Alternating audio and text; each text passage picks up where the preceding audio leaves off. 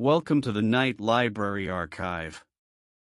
Tonight, it's time to leave the noise of the world and the busy thoughts of the day at the doorstep. In the quiet corridors of our archive, we are opening a new chapter just for you. You are about to embark on a journey that transcends time, a journey designed to rest your soul. You are safe, you are comfortable, and now, you only hear the rhythm of my voice and the soothing atmosphere around you. Now, adjust your pillow. Pull up your blanket, and gently close your eyes. Our story begins, and you are drifting toward the most peaceful shores of sleep.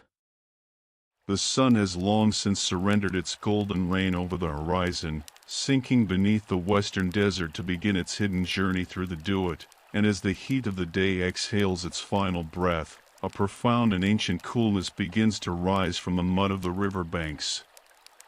You find yourself standing at the edge of the world's heartbeat, the great Nile, where the water is no longer the shimmering turquoise of the midday sun, but a deep, liquid obsidian, swirling with the secrets of the mountains in the south and the mysteries of the delta in the north. Listen to the sound of the river at night. It is a sound that does not begin and does not end. It is a continuous, velvet murmur, a soft shhh that echoes the very breath you are taking now. The water laps against the thick, green stalks of the papyrus with a rhythmic, liquid percussion, a gentle slap thrum as the current brushes against the reeds, bending them slightly, only for them to rise back up in the darkness. You can hear the heavy, slow drips of water falling from the wooden oars of a stationary barge, each drop hitting the surface of the river with a clear, resonant plink that vibrates through the still night air, sending tiny, silver ripples outward until they dissolve into the shadows. The air here is thick with the scent of life and of rest. It is the smell of wet earth, the rich, dark silt that has traveled thousands of miles to settle here, mingled with the sweet, honeyed fragrance of the night-blooming lotus. Each time you inhale, you feel the coolness of the water entering your lungs, smoothing out the edges of your thoughts, washing away the grit and the noise of the waking world. The moisture in the air clings to your skin like a soft, invisible shroud, weighing your limbs with a comfortable, heavy relaxation, urging you to slow your pace until every movement becomes a deliberate act of grace. Behind you, the great Giza Plateau rises like a sleeping giant, but here, by the water, everything is fluid. You watch the reflection of the stars, the imperishable ones, dancing upon the surface of the Nile. They do not flicker as they do in the sky. Instead, they stretch into long, shimmering ribbons of white and gold, pulled and tugged by the gentle eddies of the current. The river is a mirror of the cosmos, and as you watch the water flow, you feel the heavy, grounding pull of the earth's gravity, anchoring your feet into the soft, cool mud of the bank. You begin to walk, and your footsteps are silent, swallowed by the damp earth. To your left, a row of heavy cedarwood boats sits low in the water, burdened with the weight of massive limestone blocks quarried from Chura. The wood of the boats groans softly, a long, low, musical creak as the hulls settle into the river's embrace. It is the sound of wood meeting water, a sound of immense weight supported by the effortless strength of the Nile. You can hear the hemp ropes stretching and straining with a dull, rhythmic thrum, like the strings of a giant harp played by the wind. And the water continues to flow. And the reeds continue to sway. And the night continues to deepen. You notice a small fire burning low on the deck of one of the barges, the orange embers glowing like the eyes of a benevolent creature. The smoke rises in a thin, straight line toward the stars, carrying with it the faint, resinous aroma of burning cedar and the earthy scent of roasting barley. It is a comforting smell, a reminder of the quiet industry that persists even in the depths of the night. There is no shouting here, no rush, no urgency. The workers move like shadows, their dark silhouettes blending into the indigo sky, their gestures slow and methodical, as if they are moving through a dream. One man leans against a limestone block, his hand resting flat against the stone. Even from here, you can sense the contrast, the warmth of the man's skin against the eternal, chilling coolness of the rock. The stone has its own pulse, a vibration of deep time, and as he breathes, his chest rising and falling in a slow, steady cadence, you find your own breath beginning to match his. Inhale, feeling the cool mist of the river. Exhale, feeling the heaviness of the night. The river is a conveyor of dreams, carrying the stones that will build eternity, yet it does so without effort. You watch a single leaf of papyrus drift past, caught in a slow-motion whirlpool, spinning lazily, over and over, until it is carried away into the darkness toward the great sea. Your thoughts are like that leaf, drifting, spinning, and eventually, being carried away by the irresistible, gentle pull of the current. The sound of the Nile begins to change as you move slightly further from the bank. The slap of the water becomes a distant hum, a low-frequency vibration that you feel in your chest more than you hear in your ears. It is the sound of the earth's own blood flowing through its veins. The silence of the plateau ahead begins to beckon, but the river refuses to let go entirely. It sends a final, cool breeze to brush against your neck, a parting gift of moisture and peace. You look down at your hands and see them bathed in the silver light of a moon you cannot see, a moon hidden behind the rising shoulders of the monuments. The light is soft, diffuse, and perfectly still. Everything is stilled. The Nile has taught you the first lesson of the night, that weight can be supported, that flow is inevitable, and that there is a profound, rhythmic power in the slow movement of things. The mud beneath your feet is becoming firmer now, transitioning into the fine, soft sand of the desert's edge. But as you leave the water's edge, you carry the rhythm of the Nile within you. The swish of the water, the creak of the cedar, and the sigh of the wind in the reeds remain, a loop track of auditory peace that will accompany you as you begin the slow, steady ascent toward the Great Pyramid. The river flows on, eternal and indifferent, and as it flows, it carries you closer and closer to the threshold of a deep, monumental sleep. As you turn your back to the obsidian mirrors of the Nile, the transition from the river's edge to the rising slope of the Giza Plateau is marked not by a change in light, but by a shift in the very air you breathe.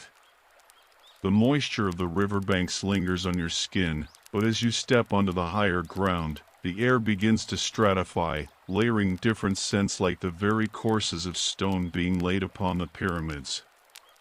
It is a walk through a suspended cloud of ancient fragrances, each one a signal to your body that the world is slowing down, that the day is a memory, and the night is a vast, open temple. The first scent to greet you as you move away from the papyrus thickets is the smell of the silt, the happy, the black gold of the earth. It is a deep, primal aroma, the scent of minerals that have traveled from the high lunar mountains of the south, ground down by the relentless patience of water. It smells of damp stone, of crushed basalt, and of a fertility so potent it feels heavy in the nostrils. It is a grounding smell, one that pulls your awareness down into your feet, connecting you to the solid, unmoving foundation of the African continent. And as you move further, the dampness begins to mingle with the cooling sand.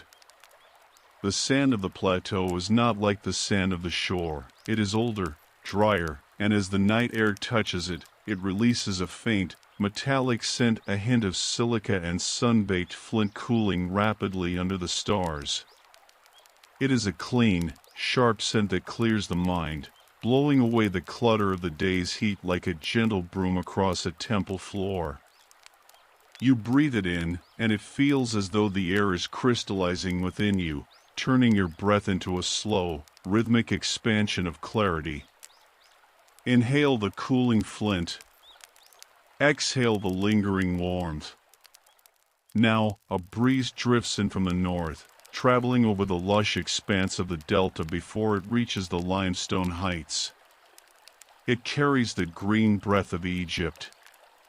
You can smell the distant, bruised sweetness of the blue lotus flowers closing for the night, their perfume heavy and narcotic, drifting like a purple mist over the fields. Interwoven with the lotus is the scent of wild clover and the sharp, medicinal tang of eucalyptus and acacia. It is a complex, herbal tapestry that wraps around you, a soft olfactory blanket that tells your nervous system there is nothing to fear, nothing to do, and nowhere to be but here, in this fragrant darkness.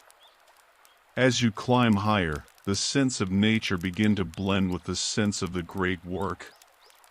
You pass near a cluster of workers' shelters, and here, the air becomes warm and savory.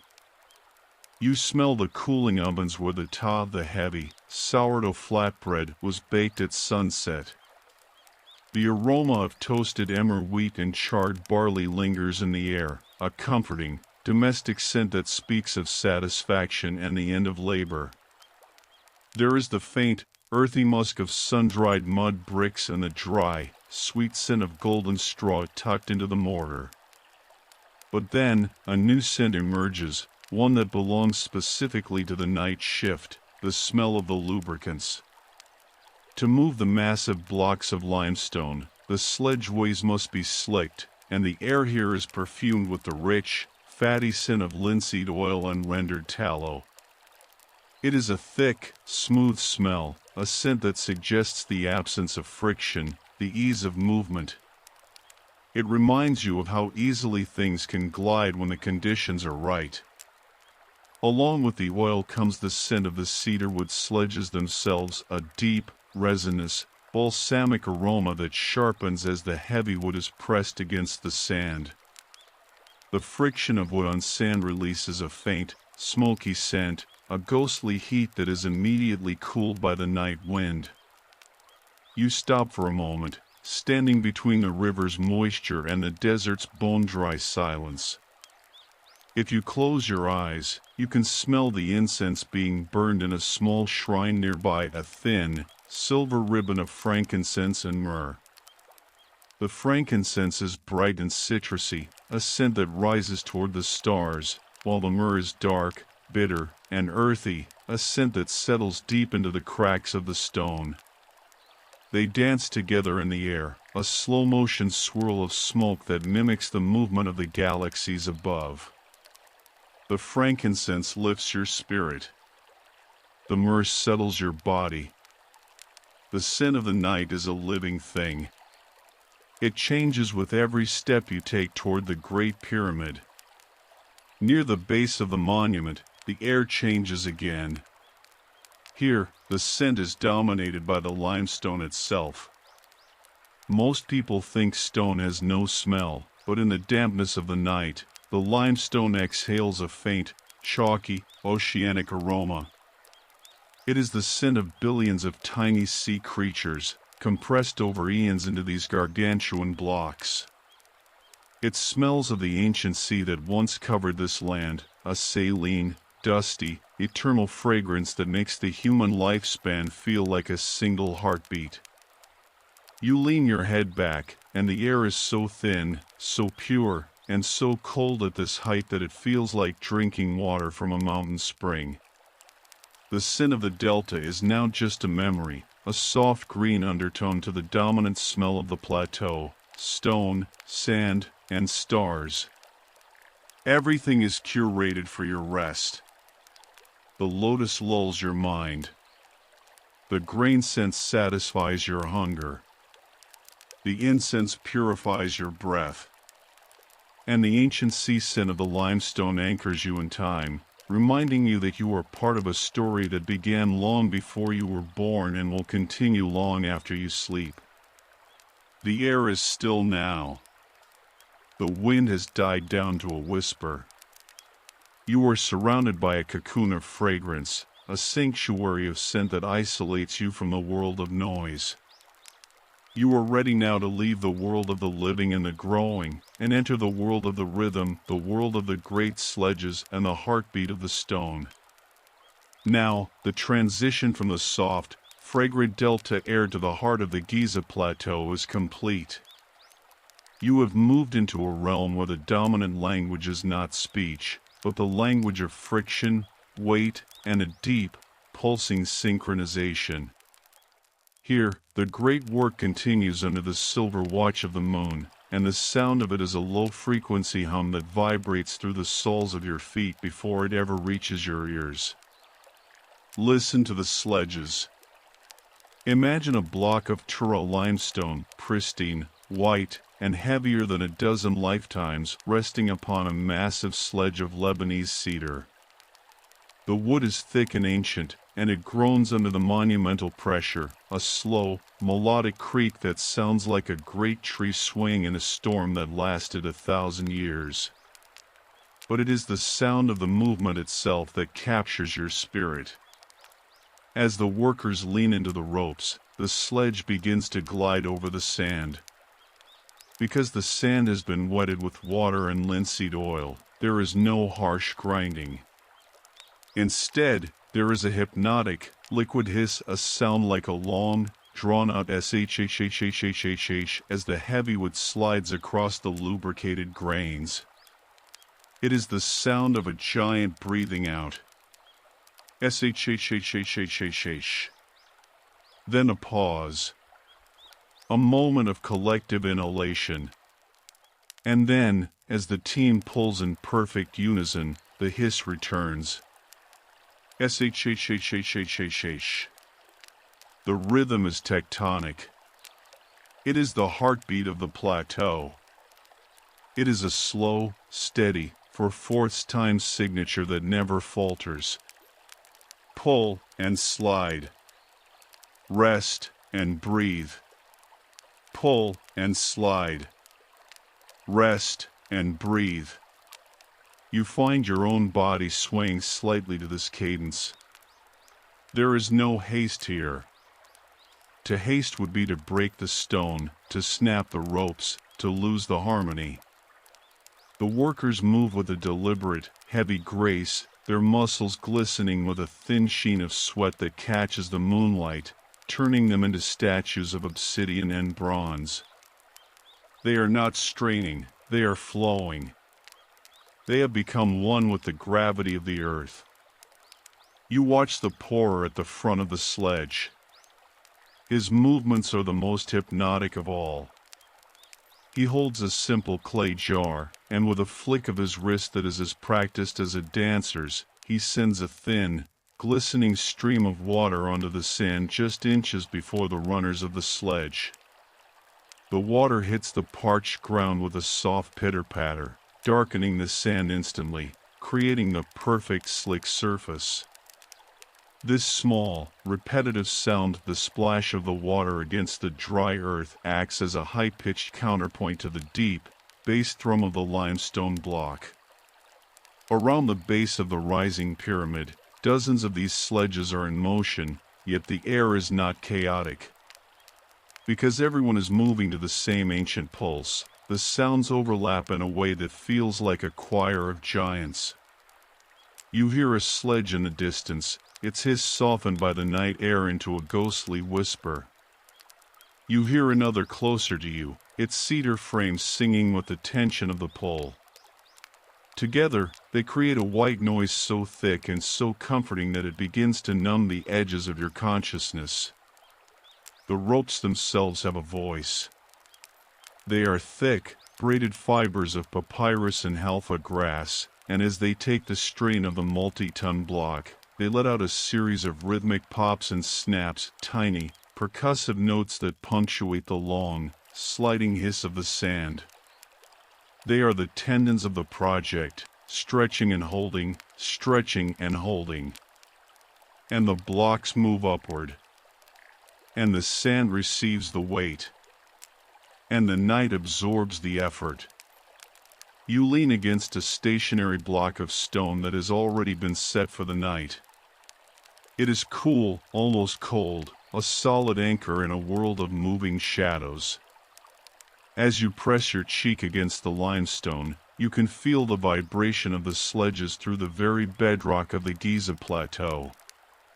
It is a deep, subsonic thrumming, a lullaby played by the earth itself. It reminds you that even the most massive tasks are accomplished one slow, rhythmic step at a time. There is a chant, too low and guttural, barely more than a hum. It is not a song with words, but a series of rhythmic exhales that the workers use to time their effort. He-evo. He-evo. The sound is ancient. It is the sound of the wind moving through the canyons of the Red Sea Hills. It is the sound of the first breath ever taken. As you listen to the workers, you realize that their breathing has become your breathing. Your lungs expand as the sledge rests. Your lungs contract as the sledge slides. You are being breathed by the rhythm of the construction. The friction of the stone is erasing your worries.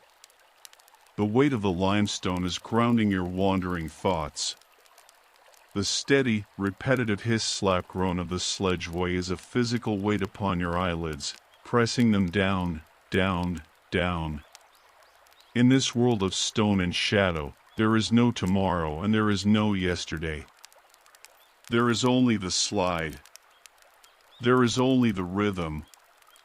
There is only the deep, dark comfort of the limestone path, leading you further away from the waking world and deeper into the heavy, silent embrace of the pyramid's shadow. As you leave the rhythmic labor of the sledgeways behind, you begin to ascend the gentle, wide ramp that leads toward the heart of the Giza Plateau. The air here is thinner, colder, and stripped of the river's humidity. But it is the sight that greets you now that truly halts your breath, not with effort, but with a profound, celestial awe. Before you, the Great Pyramid does not look like a construction site. It looks like a mountain of fallen starlight. The sensory focus here is the light, a light so soft, so silvery, and so ancient that it feels as though the moon has descended to rest upon the stones. At this stage of the work, the lower courses of the pyramid are being fitted with their outer casing stones. This is not the rough-hewn, golden limestone of the inner core, but the magnificent, fine-grained white limestone from the Turok quarries across the river. These blocks have been polished to a mirror-like finish, so smooth that when you run your hand across them, they feel like cold silk or the surface of a frozen lake. Under the full, unobstructed gaze of the Egyptian moon, these casing stones do not just reflect light, they seem to glow from within, radiating a pale, ghostly luminescence that turns the entire plateau into a landscape of silver and shadow. Look up at the face of the monument. The angles are so precise that the shadows are carved with the sharpness of a knife. One side of the great structure is bathed in that ethereal, pearlescent glow, while the other is a void of perfect, velvet black. It is a world of binary peace, light and dark, presence and absence. There is no gray here, only the absolute stillness of the stone. Observe the light. Let it wash over your vision. Feel the coolness of the silver rays. As you stand in the shadow of the rising giant, you notice the way the moonlight catches the dust motes hanging in the air. These tiny particles of limestone dust, stirred up by the day's work, hover in the stillness like microscopic diamonds. They drift in slow, chaotic orbits, caught in the faint thermal currents rising from the cooling rock. You watch one single mote as it descends, a tiny spark of white light falling through the darkness, moving so slowly it seems to defy gravity, until it finally comes to rest upon a polished surface. The visual silence is immense. Because the limestone is so white, it picks up the colors of the cosmos. If you look closely at the reflections on the casing stones, you can see the faint, sapphire tint of the deep night sky and the flickering, prismatic glints of the stars. The pyramid has become a terrestrial map of the heavens. It is a mirror held up to the sky, reflecting the imperishable stars back to themselves. You feel a sense of profound alignment. Your body is small, yes, but it is standing at the intersection of the earth and the infinite, and the weight of that realization is a comforting pressure, like a heavy, warm quilt being pulled over your shoulders. You walk closer to one of the finished casing stones. The seam between this block and the next is nearly invisible, a line so thin a strand of hair could not pass through it. In the moonlight, these joints look like faint, silver veins in a single, monolithic diamond. You realize that the work being done here is not just an act of strength, but an act of extreme, slow-motion patience. The artisans who polished this stone moved their hands in the same circular patterns for days, weeks, months, a repetitive, meditative motion that is now frozen into the very fabric of the plateau. The visual rhythm of the pyramid, the receding tiers of stone, the repeating angles, the geometry of the shadows acts as a visual lullaby. Your eyes follow the lines upward, toward the summit that is still hidden in the dark, and then back down to the base. Up, into the stars. Down, into the earth. The glare of the sun is a distant memory. This silver world is kinder to the eyes. It invites them to half close, to soften their focus, to stop searching for detail and simply accept the vastness. The contrast between the brilliant white stone and the deep indigo sky creates a sense of depth that feels as though you could fall into it, not a scary fall, but a gentle, floating descent into the heart of the night. You find a place to sit, a discarded block of granite that still holds a ghost of the day's warmth. From here, the plateau looks like a sea of silver waves, with the smaller pyramids of the queens and the rows of mastabas acting as dark islands in the luminous mist. The torches of the night watchmen in the distance are mere pinpricks of orange, tiny embers that only serve to emphasize the cool, overwhelming dominance of the moonlight. As you sit, the silver light seems to seep into your very skin. You feel your limbs becoming heavy, as if they were being carved from the same Tura limestone, solid, still, and perfectly polished. The visual world is blurring now, the sharp edges of the pyramid softening as your gaze loses its grip.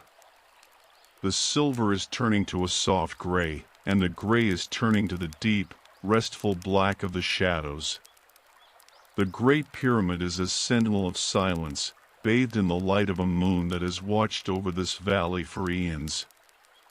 And as you gaze upon its silver face, you realize that the stone is not just holding the light, it is holding the quiet. It is holding the peace. And now, it is sharing that peace with you. As the visual silver of the plateau begins to blur into a soft, monochromatic haze, your world narrows. It pulls away from the vast horizons of the Nile and the towering heights of the pyramid, drawing inward until the universe exists only in the space between your palms and the stone. This is the hour of the mason's touch, a tactile symphony of texture, temperature, and the microscopic friction of creation. Find a block of limestone that has been set apart, a silent sentinel waiting for its place in the grand design. Reach out in your mind and let your fingers find the surface. The first sensation is the cold. Not a biting, winter cold, but a deep, structural chill that seems to come from the very bones of the earth. The limestone is a thermal mirror. It has spent the day absorbing the fierce heat of Ra, but now, in the heart of the night, it exhales that warmth into the cosmos, leaving the surface crisp and refreshing. As your palm meets the stone, there is a momentary exchange of temperature, a soft, pulsing from as the stone accepts the heat of your skin and gives you its ancient, heavy stillness in return. Run your fingertips slowly, very slowly, across the face of the block.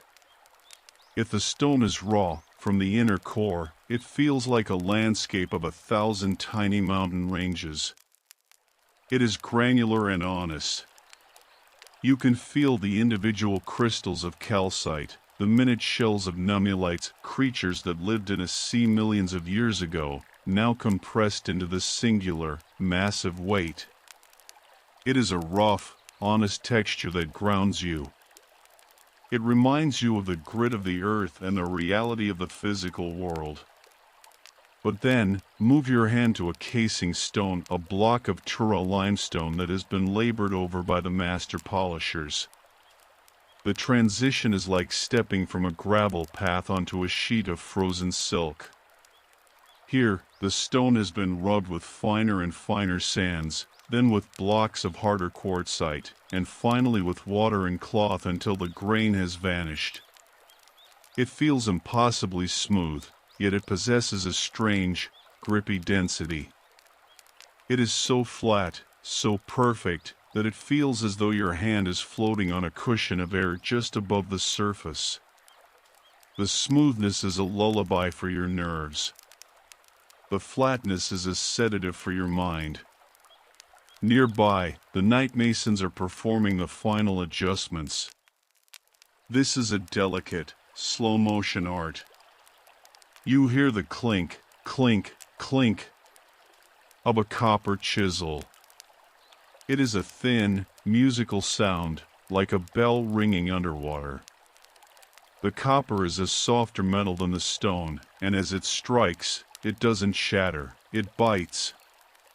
Imagine the feeling of the chisel in your hand.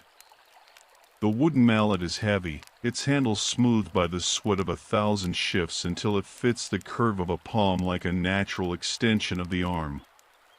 Each strike is not an act of violence, but an act of precision. Tap. A tiny flake of limestone, no larger than a fingernail, spirals to the ground. Tap. A minute adjustment to an angle that must be perfect to the hair's breadth. The dust created by this work is as soft as powdered sugar. If you were to rub it between your thumb and forefinger, it would feel like the finest silk thread, a lubricating powder that coats everything in a ghostly, white softness. This dust muffles the world.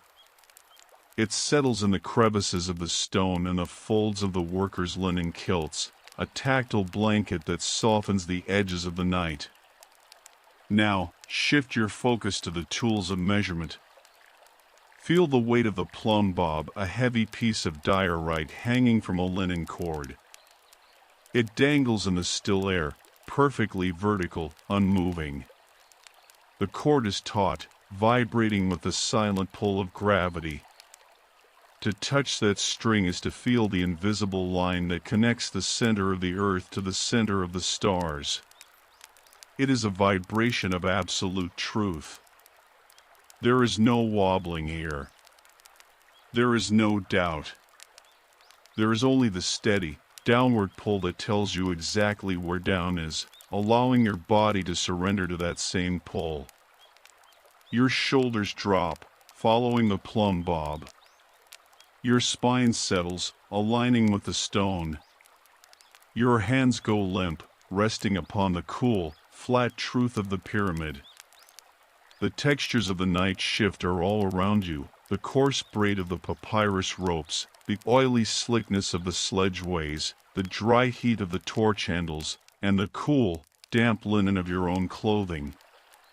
But it is the stone that remains the master. It is the heaviest thing you have ever known, yet in this darkness, it feels light as if the moonlight has stripped away its burden and left only its form. You lean your entire body against the pyramid now. The stone is vast. It is a continent. You feel the immense, silent pressure of the millions of tons of limestone stacked above and beside you. It is not a crushing weight, but a protective one, It is the ultimate sanctuary. Within this mountain of stone, there is no wind, no noise, and no time. There is only the touch. The cool, smooth, eternal touch of the limestone, drawing the last remnants of tension out of your muscles and into the deep, unmoving heart of the plateau. You are becoming part of the masonry. You are being fitted into the night, perfectly level, perfectly still, perfectly at rest. As you move away from the tactile intimacy of the stone, you find a flat, expansive block on an unfinished tier of the monument. Here, you lie back, allowing the limestone to support the full length of your spine. The stone is a solid anchor, but your gaze is pulled upward, away from the earth, into the vast, indigo ocean of the Egyptian night sky. The sensory focus here is the visual expanse of the cosmos, the slow, majestic rotation of the stars that the ancients called the Akimuasike, the imperishable ones. Without the glow of modern cities, the sky above Giza is not black, it is a deep, resonant violet, crowded with so many stars that the constellations seem to bleed into one another in a river of light. The Milky Way, the celestial Nile, stretches directly overhead, a frosted veil of silver dust and distant suns that mirrors the river you left behind.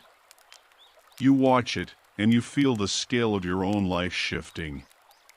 The pyramid beneath you is a mountain, but compared to the sky, it is a single grain of sand. This realization does not make you feel small, it makes you feel safe. You are a small part of a perfect, infinite order. Look toward the north.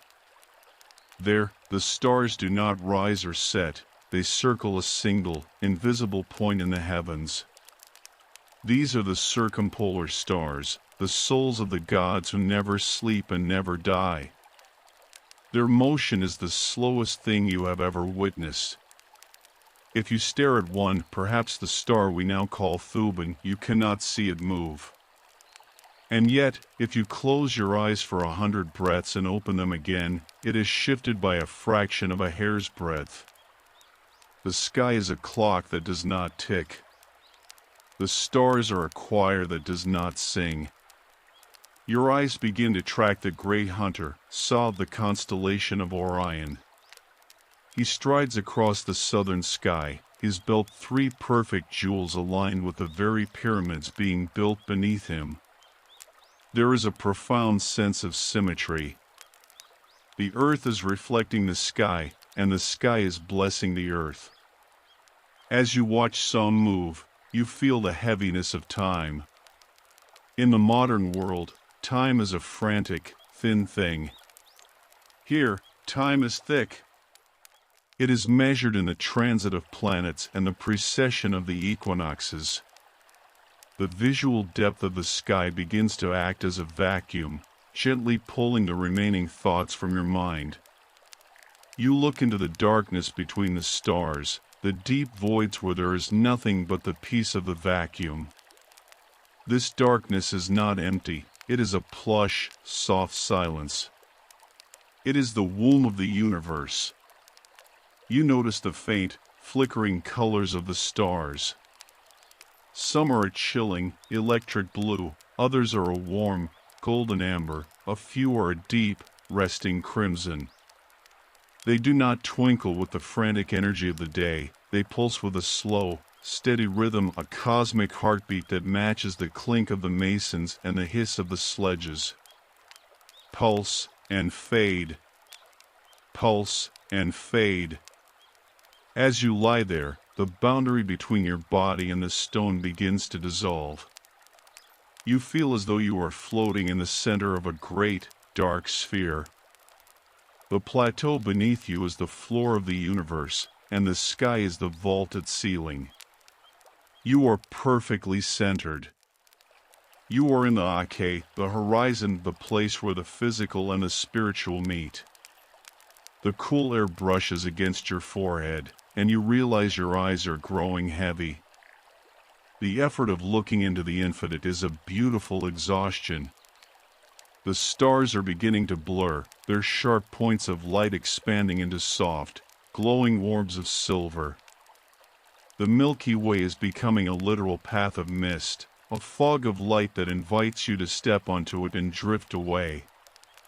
The imperishable stars will continue their circle long after the pyramids are finished, long after the river changes its course, and long after you have entered the deep, restorative sleep of the night. You close your eyes, but the image of the rotating cosmos remains imprinted on the back of your eyelids, a slow, silver wheel, turning, turning, turning, carrying you into the velvet dark of the chapters to come. As you lie upon the stone, the celestial silence of the stars begins to blend with a sound more intimate, more rhythmic, and more deeply human. It is the sound of the living engine. You are no longer listening to the river or the tools, but to the collective respiration of the hundreds of men who work through the night. In the hypnotic storytelling of the ancients, this is known as the sigh of the earth. Close your eyes and listen to the air moving. When a team of 50 men prepares to move a 20-ton block of granite, they do not move as individuals, they move as a single, massive lung. Before the pull, there is a moment of absolute stillness. Then, the overseer, a shadow among shadows, raises a hand. You hear the collective inhalation, a long, deep, choral hiss of air entering 100 chests at once. It sounds like the wind rushing through a narrow canyon. Then, the pull. As the weight of the stone yields to the tension of the ropes, the air is released. It is a synchronized, guttural exhale, a low, resonant hum that vibrates through the limestone and into your own ribcage. Inhale, the scent of the night. Exhale, the weight of the world. This breathing is the most powerful sedative on the plateau. It is an entrainment of the spirit. As you listen to the rhythmic expansion and contraction of the worker's lungs, your own breathing begins to slow, matching the pace of the great work. Your heart rate settles into the deep, slow throb of the granite heart beneath you. You are no longer an observer, you are part of the breath. The sound is layered. There is the sharp, rhythmic puffing of the water carriers as they jog lightly between the sledges, their breath quick and light like a heartbeat. There is the slow, steady sighing of the master masons, who breathe with the deliberate patience of the stone they carve. And beneath it all is the ambient ocean of breath, the thousands of workers in the valley below, whose collective respiration creates a low-frequency hum that blankets the entire Giza Plateau in a fog of sound. Imagine the air as a physical substance, a cool, blue mist that flows into the lungs of the workers and out again, transformed by the heat of their bodies into a warm, humid cloud. You can almost see it in the moonlight, a soft, pulsing aura surrounding the base of the pyramid. And the lung of the plateau expands. And the lung of the plateau contracts. The breath of the pharaoh is not about effort, it is about the absence of resistance. In this hypnotic state, the workers do not feel the weight of the stone as a burden. The stone is a partner. The breath is the bridge between the human and the eternal. As the block slides, the breath carries it. As the breath rests, the block waits. You find yourself sinking deeper into the stone. Every time the collective exhale reaches your ears, you feel your muscles let go of another layer of tension. Your shoulders sink. Your jaw softens. Your hands, resting at your sides, curl naturally and loosely, like the hands of the workers during their moments of rest. The sound of the breath is a reminder that even the most monumental achievements are built one breath at a time. It strips away the anxiety of the future and the regret of the past. There is only this breath. There is only this moment. The pyramid itself has lungs. You think of the narrower shafts being carved deep into the heart of the stone, reaching out like stone nostrils to catch the north wind and the light of the stars. The monument is breathing with you. It is a living mountain, inhaling the starlight and exhaling the silence of the ages. The rhythm of the breathing begins to stretch. The pauses between the breaths become longer, more profound. The world is moving toward the great stillness. You are floating on the surface of this collective respiration, a leaf on a sea of sighs, being carried further and further from the shores of wakefulness. The hum of the workers becomes a whisper, then a ghost of a whisper, until it is nothing more than the sound of the wind moving over the smooth casing stones. You are breathing with the pyramid. You are breathing with the stars. You are ready to enter the circle of the flame. As the collective breath of the plateau settles into a low, ambient hum, your world narrows once more. The vast, silver expanse of the moonlight is now punctuated by the intimate, flickering warmth of the torchlight vigil. In the crevices of the construction, near the ramps and the tool chests, the night is held at bay by the dancing spirits of fire. The sensory focus here is the play of firelight and the heavy, resinous scent of the flame. Imagine the torches, thick bundles of reeds or linen soaked in linseed oil and resin, tucked into copper sconces or held by the bringers of light. Unlike the cool, indifferent silver of the moon, this light is alive. It is a warm, amber glow that pulses with a rhythmic heartbeat of its own. It casts long, liquid shadows that stretch and shrink against the white limestone, making the very stones appear to sway in a slow-motion dance. As you watch the flames, you become mesmerized by the color. It is a deep, honey gold at the base, rising into a vibrant orange, and finally tapering into a thin, ghostly ribbon of blue and violet. The light doesn't reveal everything, it chooses what to show. It highlights the curve of a worker's shoulder, the sharp edge of a chisel, or the golden grain of a cedar sledge, leaving the rest of the world in a protective, velvet darkness. Watch the flicker. Let your eyes soften. The shadows are a warm embrace. And then, there is the smell. This is the scent of the night's endurance. It is the rich, heavy aroma of burning linseed oil, a nutty, earthy fragrance that feels thick in the back of the throat. Mingled with it is the sharp, medicinal scent of pine resin and the sweet, dry smell of charred reeds. It is a comforting, ancestral scent. It is the smell of the hearth, the smell of safety, the smell of the human presence in the vastness of the desert. Listen to the fire. It has a voice that speaks in a language of tiny sounds.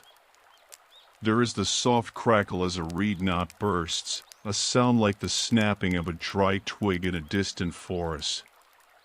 There is the low whoosh as a breeze catches the flame, causing it to flare up for a moment before settling back into its steady, rhythmic pulse.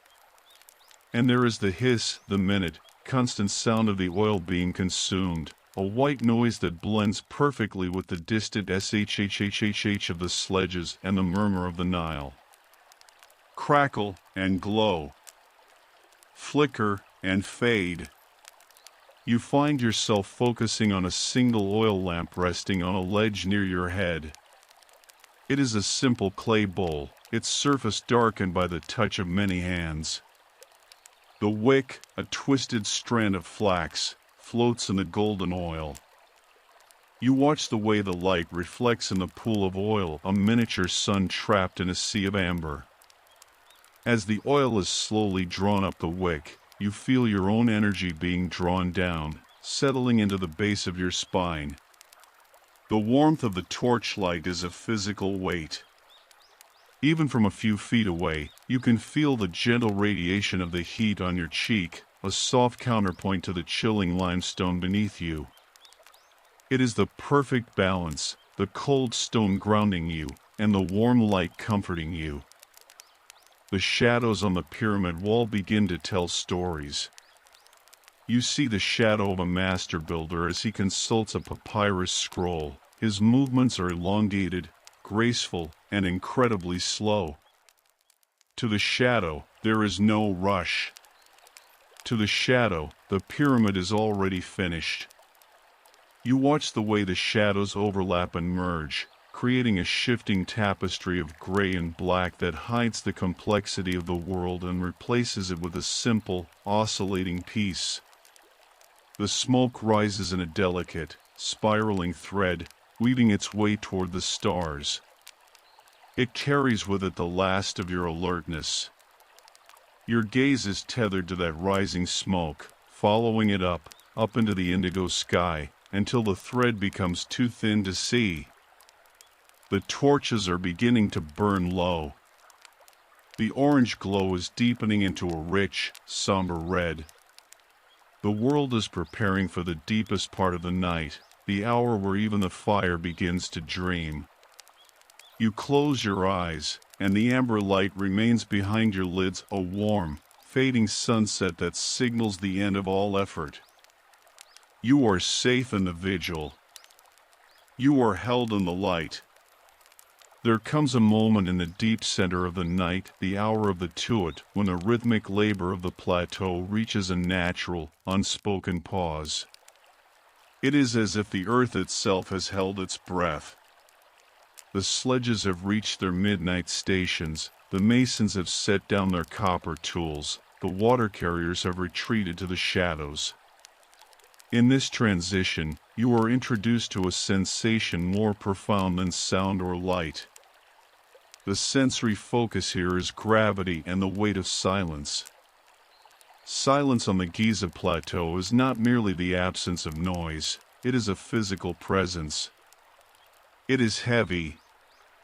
It is dense. It is a thick, invisible blanket of limestone dust and starlight that presses down upon everything. As you lie there, the silence begins to seep into your ears, filling them with a soft, static hum, the sound of your own blood, the sound of the planet turning. Now, focus on the weight. Beneath you are millions of tons of stone. Each block is a concentrated anchor of gravity, pulling toward the core of the earth with a relentless, ancient desire. As you rest upon this mountain of limestone, you feel that same pull. Your heels feel heavy, sinking into the stone. Your calves, your thighs, your hips, they are all becoming as dense and unmoving as the bedrock. You are no longer a creature of movement, you are becoming a creature of the earth. Feel the weight of your hands. Feel the pull of the stone. Surrender to the gravity of the plateau. The silence is so absolute that you can hear the cooling of the pyramid. The great structure is contracting, shrinking by fractions of a millimeter as the night air draws the day's heat from its core. You hear a tiny tink, a microscopic shift of stone on stone, a sound that only emphasizes the vast, echoing stillness that follows it. It is the sound of the monuments settling into eternity. In this silence, the boundaries of your body feel as though they are expanding. You are no longer just a person lying on a block, you are the block. You are the ramp. You are the foundation. You feel the immense pressure of the blocks stacked beside you, a supportive, lateral weight that holds you in place. You are perfectly secure. You are incapable of falling, for the earth has already claimed you in its gentle, gravitational embrace. The silence begins to wash away the texture of your thoughts. Earlier, there were images of the river, the scent of the lotus, and the flicker of the torches. Now, there is only the great unknowing. The silence acts as a solvent, dissolving the edges of your identity. You are not a name, or a history, or a set of worries. You are simply a point of consciousness resting at the center of a silent, stone world. The silence is a shield. The weight is a cradle. Think of the king's chamber, deep within the heart of the structure above you. There, the silence is so thick it can be felt like velvet. There is no wind there, no light, no movement. Just the eternal, crushing peace of the granite. You allow your mind to drift into that chamber, to find a place in the absolute dark, where the air is still and the stone is infinite. Your breathing is slowed to a ghost of a movement. Your heart beats with the slow, tectonic rhythm of the plateau once every few centuries, it seems. The gravity is pulling your eyelids down, and this time, there is no urge to resist. They are as heavy as the turquoise stones, sealed with the invisible mortar of sleep. The world of action is gone. The world of sound is gone. There is only the weight. There is only the silence. And you are sinking into it, down through the limestone, down through the bedrock, into the deep, dark, and perfectly silent heart of the night. The plateau has now become a ghost of itself. The weight of the stone, the silence of the air, and the rhythm of the stars have all merged into a single, seamless experience of pure existence. You have reached the threshold of the Duat, the twilight realm where the physical world of Egypt dissolves into the eternal world of dreams. The sensory focus here is dissolution and the metaphysical drift. In this final hour before the first hint of dawn, the Great Pyramid no longer feels like a structure made of individual blocks. It feels like a single, solid wave of peace that is frozen in time. As you lie at its heart, you feel a strange and beautiful sensation, the feeling of becoming weightless, even as you remain perfectly grounded. It is as if the gravity that held you to the earth has fulfilled its purpose and is now gently letting you go, allowing your spirit to float just a hair's breadth above the limestone. The eternal drift begins. Imagine you are a single grain of fine, white limestone dust, caught in a thermal current so slow it takes an eternity to move a single inch. You are rising, drifting away from the plateau, away from the sleeping workers, and away from the heavy cedar sledges. As you ascend, the sounds of the night, the distant Nile, the hiss of the sand become a single, low-frequency hum, a blue note that resonates at the very base of your skull. Floating, without effort. Drifting, without direction. Being, without doing. You look back down at the pyramid. From this height, bathed in the indigo shadows of the pre-dawn, the monument looks like a giant, dark crystal, pulsing with the energy of the earth. You see the faint, silver lines of the ramps and the dying embers of the watchfires, looking like fallen stars. But you are moving further away now. The geography of Egypt is fading. The river is a silver thread, the desert is a vast, velvet sea. You are entering the Aru, the field of reeds, not as a place of labor, but as a place of infinite rest. The air here is no longer cold, it is exactly the temperature of your own soul. It is a perfect, neutral medium. You feel a sense of profound wholeness. Every muscle in your body is finally, completely surrendered. Your hands are heavy, yet they feel as light as papyrus. Your mind is vast, yet it is as empty as the great gallery before the first stone was laid. The night is a river, and you are the current.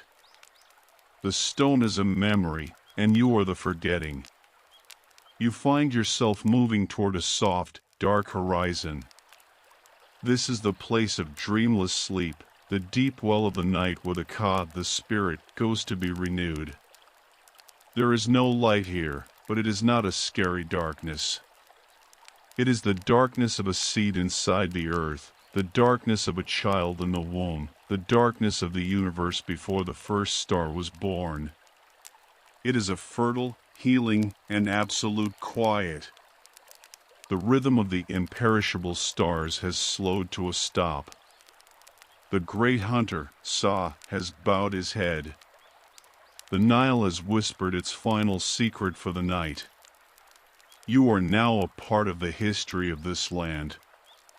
You are one with the masons, the pharaohs, the rivers, and the stones. You are the stillness at the center of the pyramid. You are the silence between the breaths. As the first, invisible hint of the sun begins its journey from the deep east, it does not wake you. Instead, it only serves to push you deeper into the shade, into the cool, inner chambers of your own subconscious. You are sinking into the bedrock of sleep. You are falling into the silver mist. You are home. Sleep with the weight of the pyramid. Sleep with the flow of the Nile. Sleep in the heart of the eternal night. The great work is finished for now. The world is at rest. And you are the rest. We have reached the end of our journey for tonight, but the peaceful world we've built will stay with you until the moment you wake. You are completely relaxed now, ready for a deep, restorative rest. Thank you for spending your evening here at the Night Library Archive. If this journey brought you peace, please support us by liking the video and subscribing to our archive. Don't forget to share in the comments which lands you'd like to visit in our next journey. Now, let yourself go into the arms of the night and the silence. Sleep well, and sweet dreams.